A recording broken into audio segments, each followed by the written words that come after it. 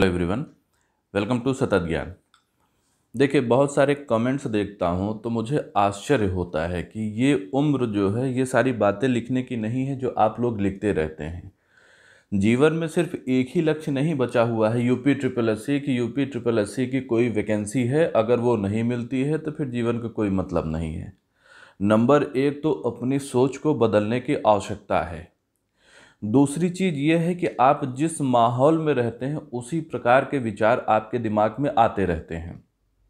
अगर आप नकारात्मक माहौल में हैं तो नकारात्मक वाइब ही आपके चारों तरफ फैली रहेंगी, और नकारात्मक वाइब की वजह से आपके मस्तिष्क में नकारात्मक विचार ही आएंगे।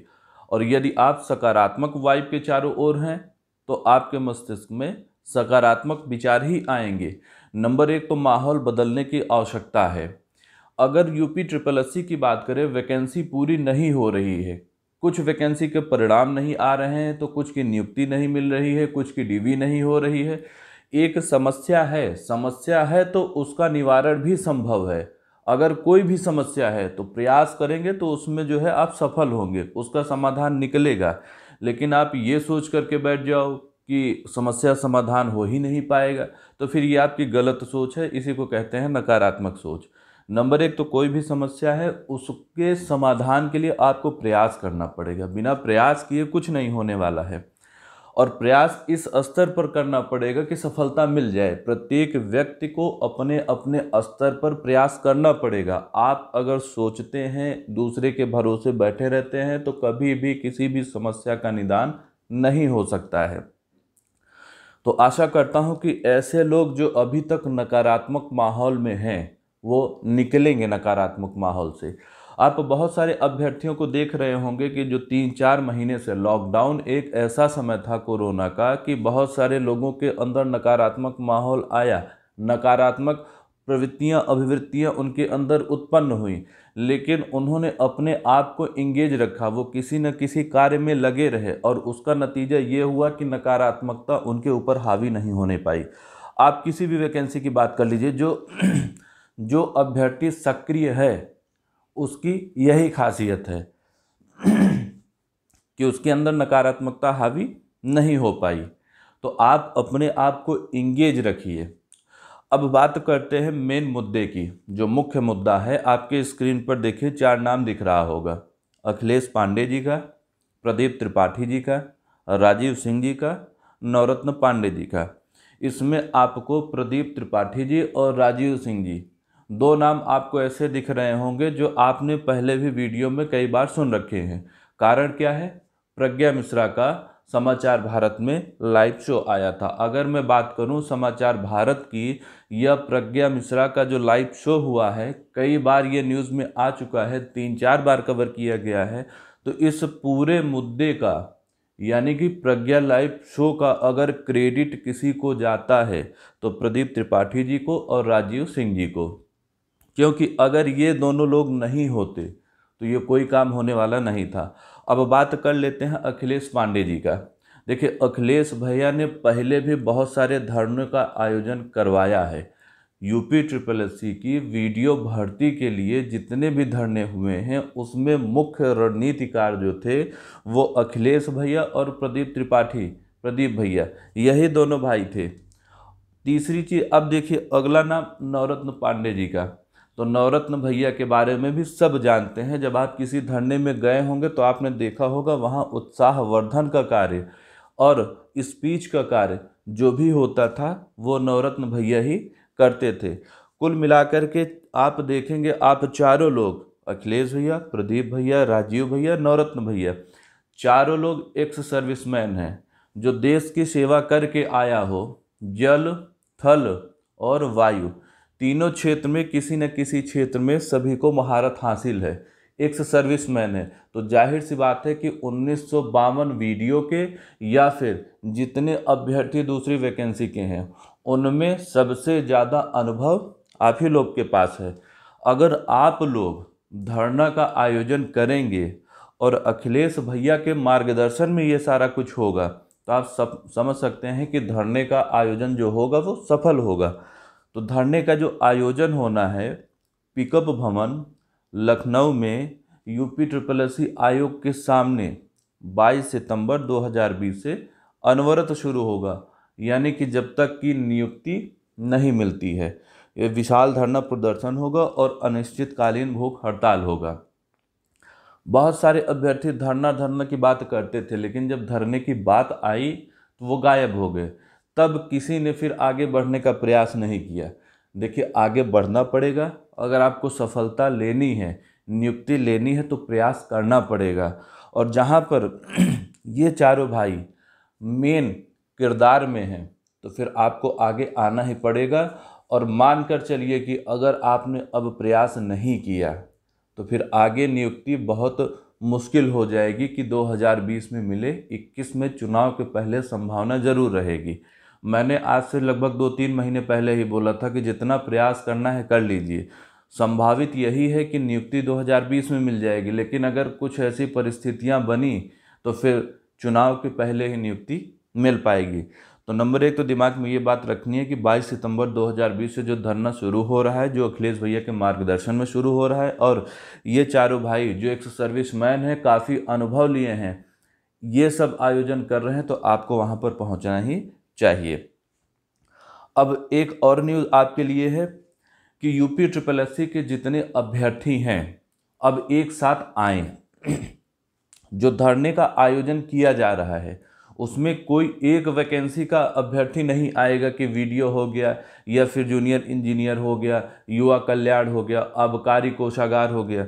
नहीं, जितने वैकेंसी के बच्चे हैं, यूपी SSSC जितने एग्ज़ाम अभी तक कंडक्ट करवाई है, लगभग 23-24 एग्ज़ाम हैं 2016 से जो अटके हुए हैं, सभी अभ्यर्थी एक साथ 22 सितंबर को उपस्थित हों आयोग के सामने, तभी बात बन पाएगी। तो इसलिए सबको उपस्थित होना है। दूसरी चीज़, धरने का जो आयोजन किया जा रहा है उस पर और ज़्यादा इम्पैक्ट पड़ेगा अगर आप ट्विटर पर भी सक्रिय रहें। 13 से 15 सितंबर यानी 13, 14, 15 सितंबर सुबह 9 बजे जितने अभ्यर्थी हैं यूपी SSSC के, एक हैशटैग का यूज़ करेंगे, speak up for UP SSSC students. सिर्फ एक हैशटैग। अगर अलग अलग हैशटैग आप यूज़ करेंगे तो आप कभी भी ट्रेंड में नहीं आ पाएंगे। अगर आपको ट्रेंड में आना है तो जितने अभ्यर्थी हैं वो चाहे 500 ही हों, चाहे 1000 हों, अगर एक हैशटैग यूज़ करेंगे यूपी SSSC के जितने अभ्यर्थी हैं तो निश्चित तौर पर ट्रेंडिंग में आ जाएंगे।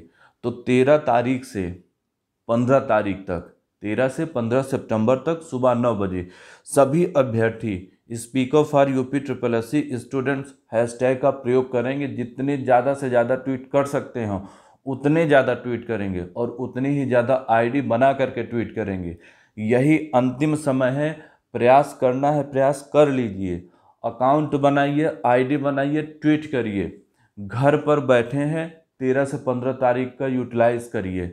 अगर अब नहीं किए आप तो फिर मान कर चलिए कि यूपी SSSC की कोई भी वैकेंसी हो, चुनाव के पहले कुछ, सब नहीं, 23 में से कुछ वैकेंसी ऐसी होंगी जिनको पूरा किया जाएगा, बाकी सब फिर लटकी रह जाएंगी। किसी का परीक्षा बची रहेगी, किसी का रिजल्ट आना रह जाएगा, किसी का डीवी होना रह जाएगा और नियुक्ति कुछ को मिल पाएगी।